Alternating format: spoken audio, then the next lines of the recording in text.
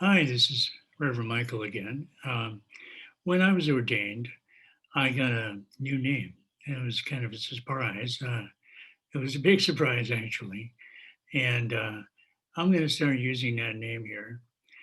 I was ordained as Father Benedict, and maybe in the future, I'll get back to talking about my life in the Holy Order of Mans and give you a rundown about that experience. But for now, I'm just going to call myself Father Benedict here. And I've got something else to talk about today.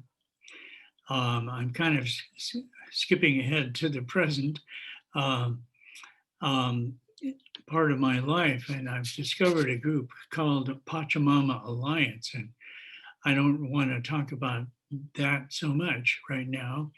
I'm more interested in reading to you um, the it's called Will Keepin's Principles of Spiritual Leadership. Um, these are so what the Pachamama Alliance is doing is training spiritual leaders as activists in the world.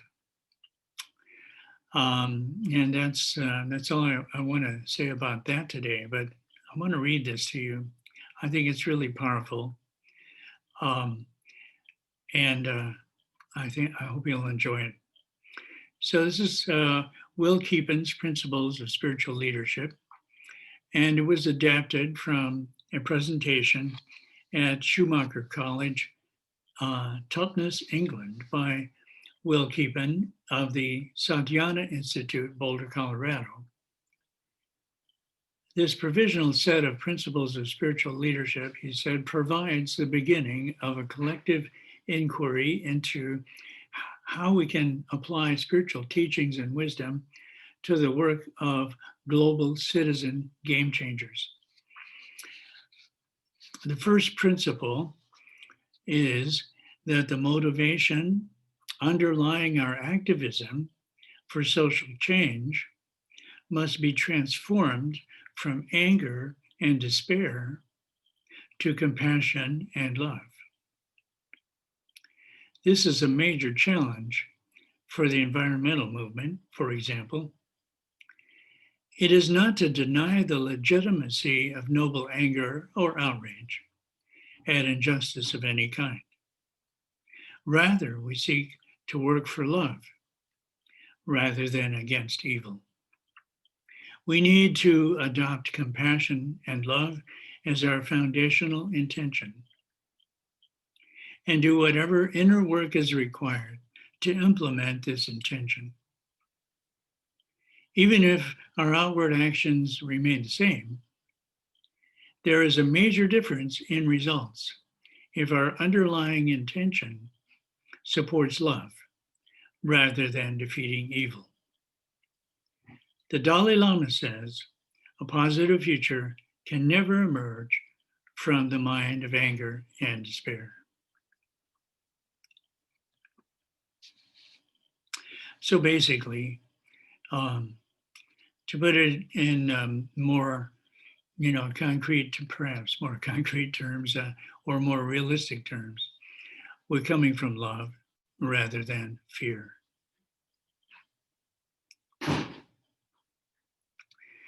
The second principle is a classical spiritual tenet, though challenging to practice. It is the principle of non-attachment to outcome. To the extent that we are attached to the results of our work, we rise and fall with our success and failures, which is a path to burnout. Failures are inevitable, and successes are not the deepest purpose of our work. This requires a deepening of faith in the intrinsic value of our work beyond the concrete results. To the extent that our actions are rooted in pure intention, they have a reverberation far beyond the concrete results of the actions themselves. As Gandhi emphasized, the victory is in the doing, not the outcome. So again, coming from a really positive place, and this was emphasized in my training in the order, coming from a really positive place, there is no evil, there is no, and fear isn't real. And errors are really just mistakes, and that's how we learn. But we make mistakes when we take our eyes off the goal, off the target. The word sin, it represents it came from missing the mark in archery. And the way we miss the mark, as an archer, I can tell you this is the way it works. So we've got the bow pulled back like this. Here's our hand, we're holding the bow. And right above where my hand that's holding the bow is, and I'm back here like that, holding the string. I've got my eyes on the target and I'm holding my bow still. When I let go, I simply let go of the string, but I don't take my eyes off the target. The goal, in this case, is love and compassion. That's what's going to change the world. So, pulling my string back. If I'm concerned about the outcome, if I'm really worried about my arrow hitting the mark, if I'm concerned about the outcome rather than where I'm coming from, then what happens is this. I start to watch the arrow and I drop my bow hand so that I can see. Well, that makes the arrow fall short of the mark. That's the mistake. That's a pure illustration of non-attachment to outcome. And that's what yields success. The third principle is that your integrity is your protection. The idea here is that if your work has integrity, that will tend to protect you from negative circumstances. And now here's a really beautiful description of a spiritual training. For example, there are practices for making yourself invisible to the negative energy that comes toward you in adversarial situations. It's a kind of psychic aikido, where you internally step out of the way of negative energy and you make yourself energetically transparent so it passes right through you. But this only works if your work is rooted in integrity. So you know where you're coming from. And then, therefore, you cannot be pushed off the mark, off your stance. You can't be distracted from your goal. And as I said, your goal is a spiritual goal. You know who you are and you know what you're there for, what you stand for. And so because of that, you can become invisible to negative energy and let it pass through you because it doesn't have a place in you to rest. The fourth principle is related to the third, the need for unified integrity in both means and ends. Integrity in means cultivates integrity in the fruit of one's work. You cannot achieve a noble goal using ignoble means. Some participants in our workshops engage regularly in political debates, testimony, and hearings. We had them experimenting with consciousness techniques for transmuting challenging energy into compassion and love, right there in the hearing room. Early indications are that this is helpful in diffusing charged psychological situations and reducing tension in heated debates. Well, So what we've learned is that the means are the ends. They determine the ends. So if we're coming from love and compassion, that will be what we achieve. Again, it's an emphasis on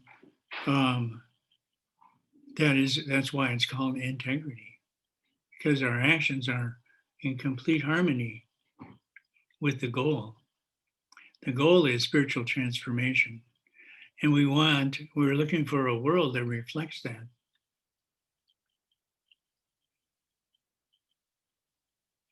A world in which democracy works for the people. The fifth principle is don't demonize your adversaries.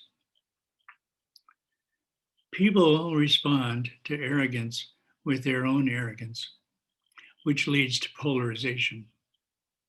The ideal is to constantly entertain alternative points of view so that you move from arrogance to inquiry. And you then have no need to demonize your opponents. This is hard to do as we often feel very certain about what we think we know and the injustices we see. As John Stuart Mill said, in all forms of human debate, both parties tend to be correct in what they affirm and wrong in what they deny. Going into an adversarial situation, we can be aware of the correctness of what we are affirming. But there is usually a kernel of truth, however small, in what is being affirmed by our opponent. We need to be especially mindful about what we deny, because this is often where our blind spots will be. The sixth principle follows from the fifth, and it's to love thy enemy. Or if you can't do that, at least have compassion for them. This means moving from an us-them consciousness to a we consciousness. It means recognizing that I am the logger. When I write these principles of spiritual activism and publish them in this newsletter, I give the command to the logger to fell the trees, to produce the pulp, to produce the paper, so that I can publish these spiritual principles about how best to save the trees. It is seeing the full circle of our interconnected complicity and discovering all the problems of humanity in our own hearts and our own lives. We are not exempt and we are not different. The them that we speak of is also us. The practice of loving our adversaries is obviously challenging in situations with people whose views and methodologies are radically opposed to ours, but that is where the real growth occurs.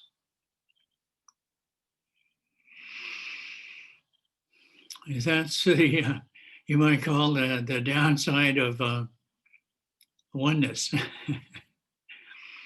is recognizing that the shadow that we see outside of us is also inside of us. That we're not separate. They really are one with each other. It's it can be a tough pill to swallow, but it's the only way that we can move forward. The seventh and eighth principles are a bit contradictory. The seventh is that your work is for the world rather than for you. We serve on behalf of others and not for our own salvation or benefit. We're sowing seeds for a cherished vision to become a future reality. And our fulfillment comes from the privilege of being able to do this work. This is the traditional understanding of selfless service. But then the eighth principle is that selfless service is a myth. Because in truly serving others, we are also served. In giving, we receive.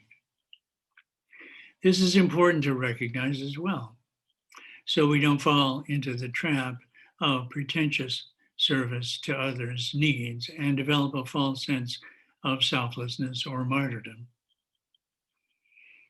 Again, we are all in this together. The ninth principle is do not insulate yourself from the pain of the world. We must allow our hearts to be broken open by the pain of the world. As that happens, as we let that pain in, we become the vehicles for transformation. If we block the pain, we are actually preventing our own participation in the world's attempt to heal itself. As we allow our hearts to break open, the pain that comes in is the medicine by which the earth heals itself, and we become the agents of that healing. This is a vital principle that is quite alien to our Western ways of thinking.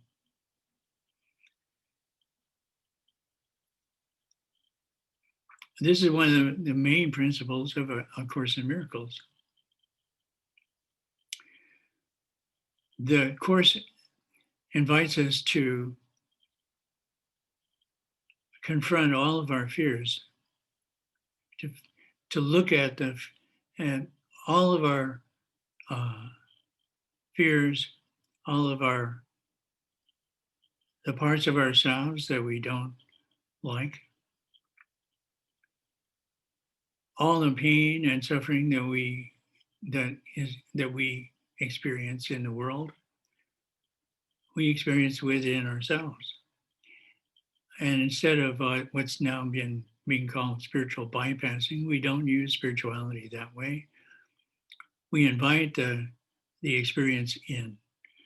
And the Course calls it looking at it with the Holy Spirit. Whatever you call it, if you experience it deeply, you just let it in and you experience it. That process will lead you beyond the pain, beyond the fear, and ultimately to your true identity as a son or daughter of God.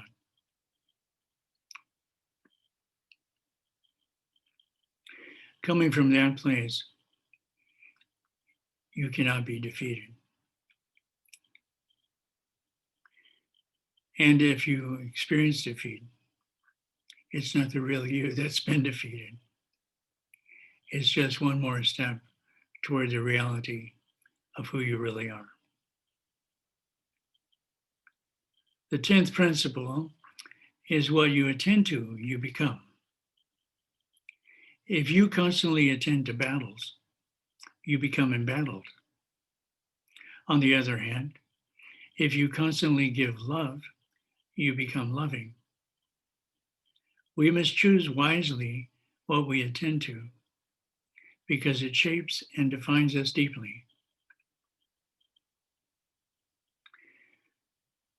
That's sort of a very deep and spiritual expression of the phrase that we learned back in the 60s, looking at diet, you are what you eat. Is what we take in with our minds determines who we are, who we experience ourselves to be. The 11th principle is to rely on faith. This is not some Pollyannish naivete, as many realists would interpret it. Rather, it entails cultivating a deep trust in the unknown, recognizing the presence of higher or divine forces at work that we can trust completely without knowing their precise agendas or workings. It means invoking something beyond the traditional scientific worldview. It implies that there are invisible forces that we can draw upon and engage. Firstly, by knowing they are there. Secondly, by asking or yearning for them to support us, or more precisely, asking them to allow us to serve on their behalf. Faith is understood not as blind adherence to any set of beliefs, but as a knowing from experience and intuition about intrinsic universal principles beyond our direct observation, and relying upon these principles, whatever they are, to support us in creating what we aspire to create. This actually brings great relief when we realize that it really isn't up to us to figure out all the steps to manifest our unfolding vision, because we are participants in a larger cosmic will. Nevertheless, it is our job to discover what our unique gift is, our unique role, and for each person to give their gift as skillfully and generously as possible, while trusting that the rest will work itself out.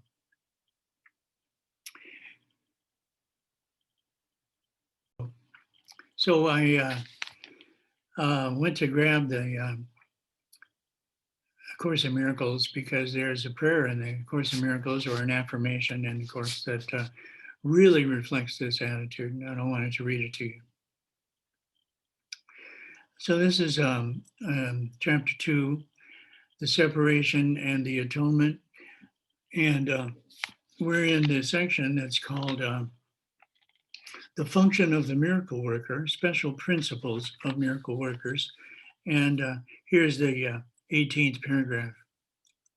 You can do much on behalf of your own healing and that of others if, in a situation calling for help, you think of it this way: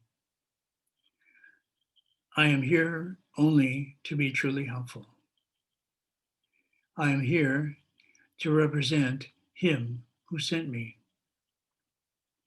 I do not have to worry about what to say or what to do, because He who sent me will direct me.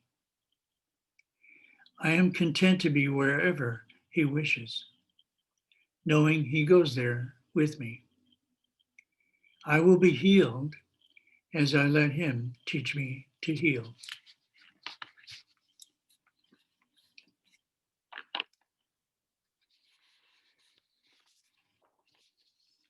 Finally, the 12th principle is that love creates the form.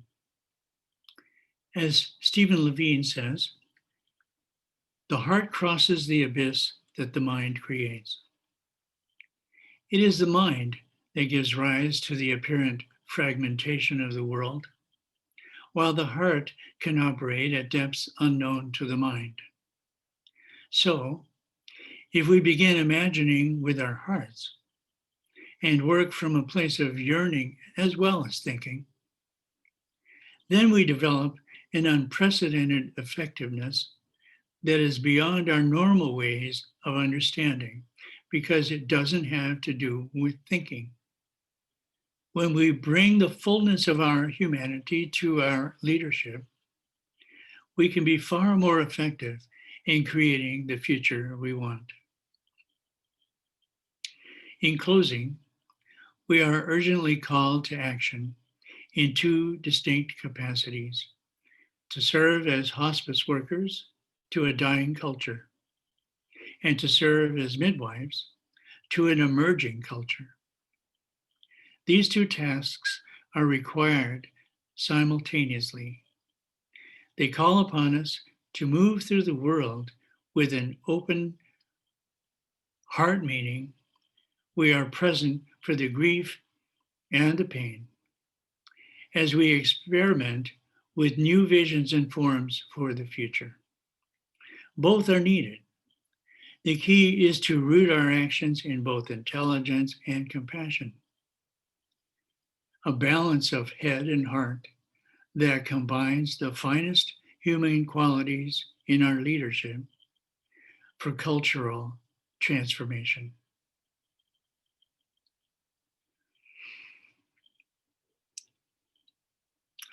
So I just want to share my own excitement finding this organization, Pachamama Alliance, that has such a deep spiritual foundation,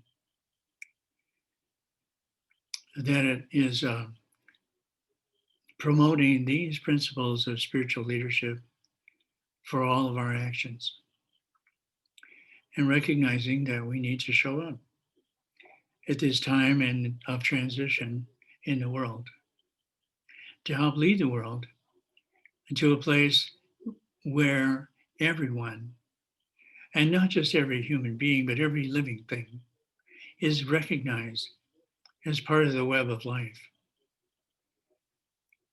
And that we all need to cooperate and lift each other up. And in doing so, we will all rise higher and higher together.